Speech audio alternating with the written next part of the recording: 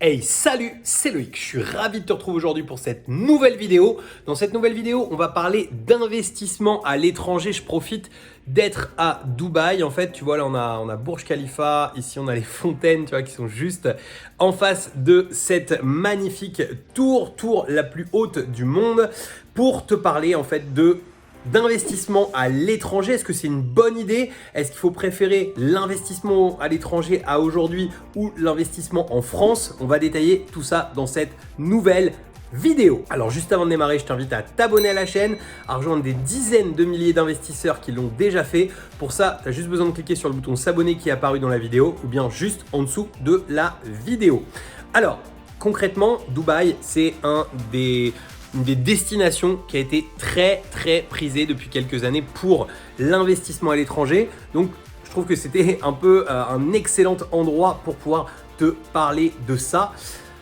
Tu vois, l'investissement à l'étranger, c'est une question qui se pose souvent parce que tu as plein d'endroits en fait à travers la planète où tu as des rentabilités qui sont bien meilleures qu'en France, où tu vas pouvoir gagner beaucoup plus d'argent qu'en France sur tes biens en fait, tout simplement.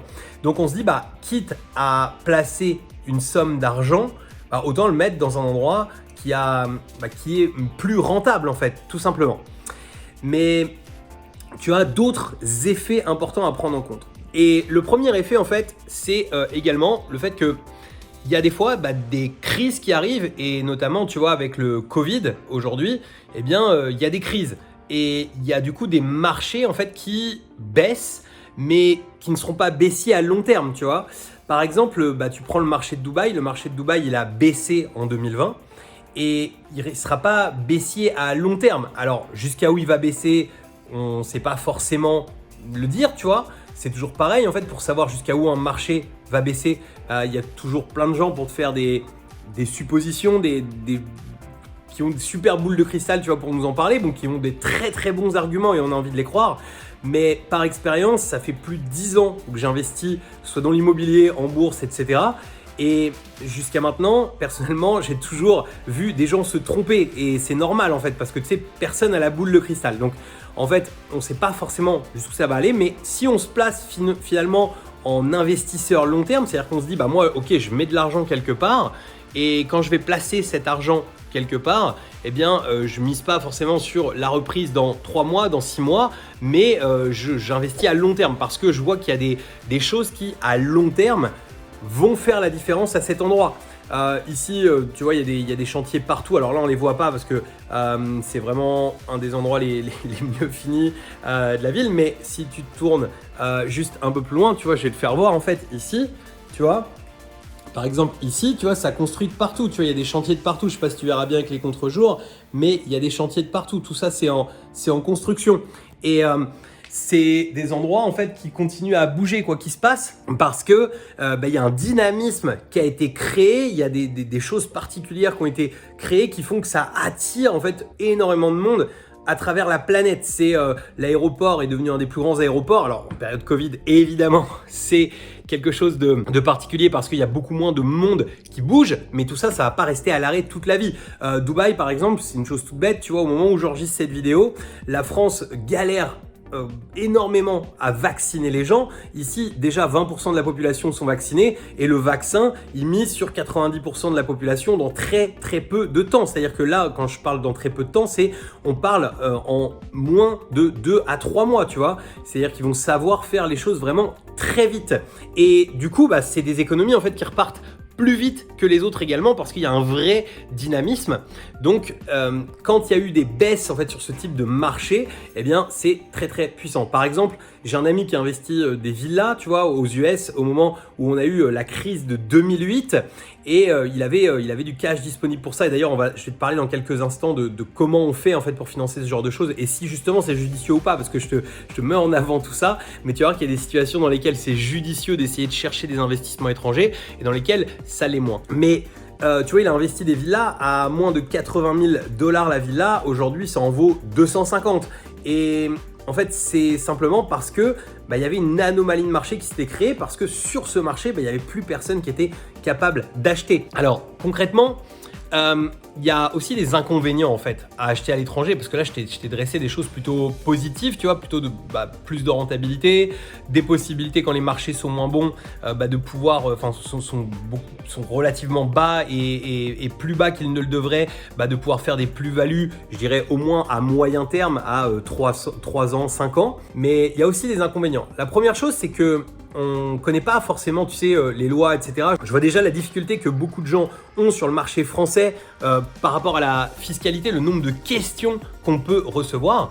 Et quand tu arrives dans un autre pays, c'est pareil en fait, tu connais pas la fiscalité de ce pays.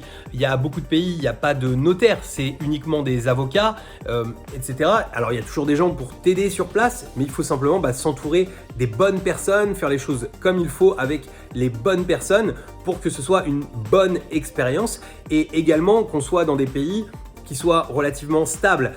Tu vois par exemple, je parle reconstruction de l'Irak, c'est pas forcément un endroit où j'aurais été mettre les pieds, tu vois, c'est un petit peu, y a des endroits où c'est quand même beaucoup plus safe d'investir que d'autres à long terme.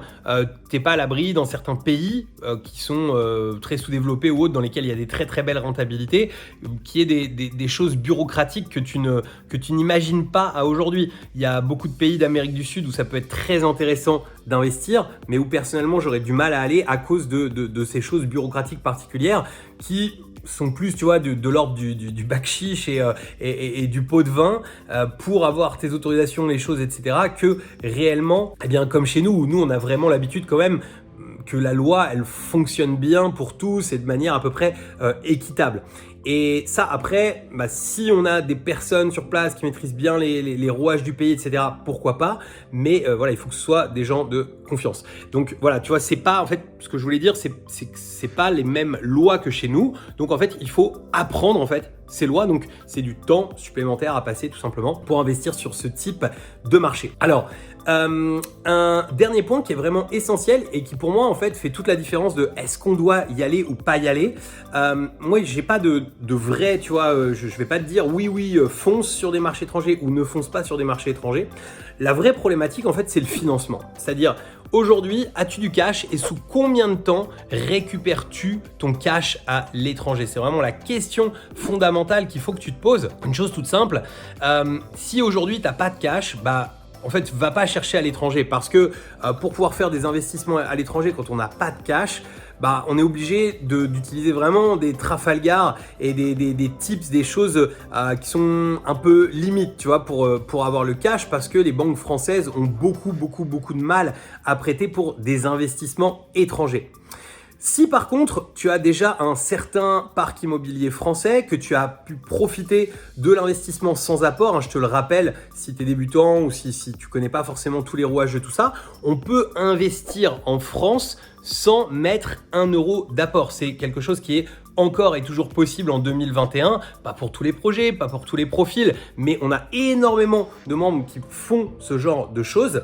Je l'ai fait, beaucoup de nos membres le font tous les jours, donc toi aussi tu peux très certainement le faire. Et en fait, si tu n'as pas encore bénéficié de l'effet de levier bancaire français, pour moi ça sert à rien d'aller essayer de chercher en fait l'étranger. Même d'ailleurs si tu as du cash, imaginons je sais pas, aujourd'hui tu as 200 000 euros de disponible, tu as par exemple je sais pas vendu une résidence principale, tu as 200 000 euros de disponible, tu es beaucoup mieux en fait de prendre ces 200 000 euros, d'aller acheter peut-être 10 projets à 200 000 en France avec la banque, et ça c'est possible. Si tu n'as jamais creusé cette question, tu verras que avec à peu près 20 000 euros d'apport par projet, on peut rapidement faire beaucoup de projets avec 10% à 20% d'apport. Alors là, on peut faire vraiment beaucoup de projets en très peu de temps. C'est pas obligé, il y a beaucoup de sans-apport qui existent, il y a beaucoup de possibilités pour le sans-apport. Même en 2021, on a beaucoup de nos membres qui continuent à soulever sans apport. Mais si tu as de l'apport et que tu veux aller encore plus vite, si tu as du cash dispo, tu peux faire des choses beaucoup plus puissantes. Il y a plein de choses aussi pour récupérer son cash vraiment très vite, comme les reports de prêts, etc. Je ne vais pas rentrer dans tous les détails ici. Mais voilà, ça c'est des choses, parce qu'on est en France, en fait, on peut faire ce genre de choses. Si tu n'as pas profité vraiment pleinement de cet effet de levier bancaire en France, venir investir ici, par exemple, pour moi, ça n'a pas vraiment de sens. Parce que, ok, il y a une rentabilité un peu meilleure, mais quelle est la meilleure rentabilité? Est-ce que c'est d'avoir, par exemple, 10%, parce que tu as investi vraiment au bon endroit, avec la bonne affaire, ici, sur uniquement un appartement à 200 000 € que tu n'auras pas pu faire financer par la banque, parce que les banques françaises sont très frileuses sur ce type d'investissement. Est-ce que tu es mieux de faire ça, un projet comme celui-ci, et d'avoir 10%, donc 20 000 par an, ou d'avoir fait, par exemple, 5 projets à 200 000, donc avoir acheté plus d'1 million d'euros de biens immobiliers avec du crédit, du levier bancaire, parce que justement tu as ton cash que tu as pu faire miroiter à la banque et que la banque en fait a pu voir que tu avais ça et t'a prêté en fait beaucoup d'argent en peu de temps. C'est des choses qui sont vraiment faisables quand on a du cash disponible. Et en fait, qu'on ait du cash ou pas de cash disponible, souvent l'investissement français, c'est vraiment à privilégier vraiment en premier. Et quand on a un certain volume, quand on a peut-être 1 million, 1,5 million, 2 millions, alors il n'y a pas vraiment de règle écrite, j'essaye de donner des montants pour que tu te rendes compte, mais en tout cas de patrimoine français, là, oui, pour moi, on peut penser à l'investissement étranger. Et quand on va penser en fait à l'investissement étranger, eh bien là, on le sait, il va falloir très certainement financer cash, mais on a aussi des possibilités pour se faire financer, notamment quand tu commences à avoir des biens finis de payer, tu peux les hypothéquer par exemple en France, et puis venir acheter à l'étranger. C'est quelque chose qui est tout à fait faisable. Voilà, j'espère que je t'aurai éclairé beaucoup plus en détail en fait sur ce qu'on peut réaliser comme investissement à l'étranger, dans quel cas c'est mieux de le faire ou pas, des petites choses auxquelles il faut faire attention. Si l'investissement à l'étranger ça t'intéresse, mets-le moi dans les commentaires et on pourra faire d'autres vidéos plus approfondies là-dessus. Je profiterai peut-être du fait d'être à Dubaï, j'y suis pour plusieurs semaines, donc pourquoi pas te faire d'autres vidéos éventuellement sur le sujet. Je te remercie d'avoir suivi cette vidéo jusqu'à la fin. Dans l'écran de fin, on va te mettre un bonus spécial uniquement pour toi et je te dis à très bientôt pour de nouvelles vidéos. Ciao!